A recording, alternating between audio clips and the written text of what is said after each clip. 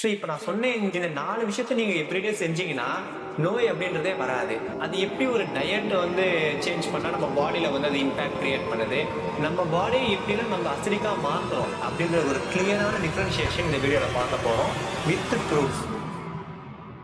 ரீசெண்டாக விராட் கோலியோட இன்டர்வியூவில் ஒன்று பார்த்தேன். அதில் ஆல்டர்னேட்டிவ் மெடிசன்ஸால் அவர் கொஞ்சம் பலன் அடைஞ்சிருக்காரு. So your stomach needs to be alkaline to function properly. If it's too acidic, it just messes up your whole system. So he said you need to change your diet. You need to make your diet less meat-based. And then I changed my whole diet from there. So yeah, I just changed my whole diet overnight and I'm so glad that I did. It's the best decision. நம்முடைய உடம்புல ஒரு alkaline என்விரான்மெண்ட்ல cancer மாதிரி இருக்கக்கூடிய ஒரு நோய் கூட வந்து sustain ஆக முடியாது, அதால வாழ முடியாது அப்படின்னு சொல்லியிருக்கிறாங்க. பட் ஆல்கலைன் ஸ்டேட்டாக மாற்றுறது ரொம்ப ரொம்ப கஷ்டமான ஒரு விஷயம். பட் மலர் மருந்து இருக்கும் போது அது ரொம்ப சுலபம். அது எப்படி எல்லாம் அப்படின்றது இந்த வீடியோ முடியறதுக்குள்ள உங்களுக்கு தெரிஞ்சிடும். ஆல்கலைன் டயட்டை ஃபாலோ பண்ணுறவங்களுக்கு கட்டாயமாக எந்த ஒரு ப்ராப்ளமும் வராதுன்றதை சொல்லியிருக்கிறாங்க. ஏன்னா இந்த உலகத்திலேயே ஆல்கலைன் ப்ராப்பர்ட்டிஸ் அதிகமாக இருக்கிறது வெஜிடேரியன் ஃபுட்டுக்கு தான்.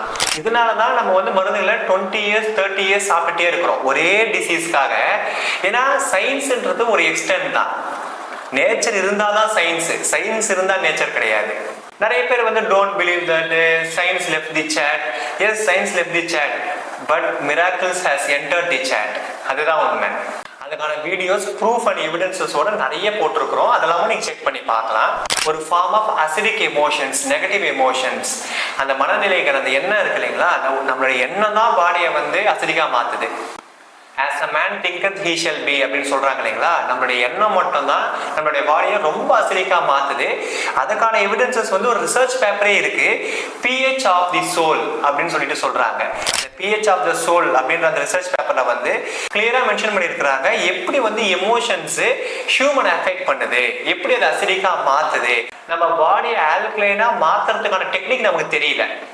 அதனால தான் வந்து டிசீசஸும் வருது. அதில் ஒரு சப்கேட்டகரியாக இன்க்யூரபிள் டிசீசஸ்னு ஒன்று வருது.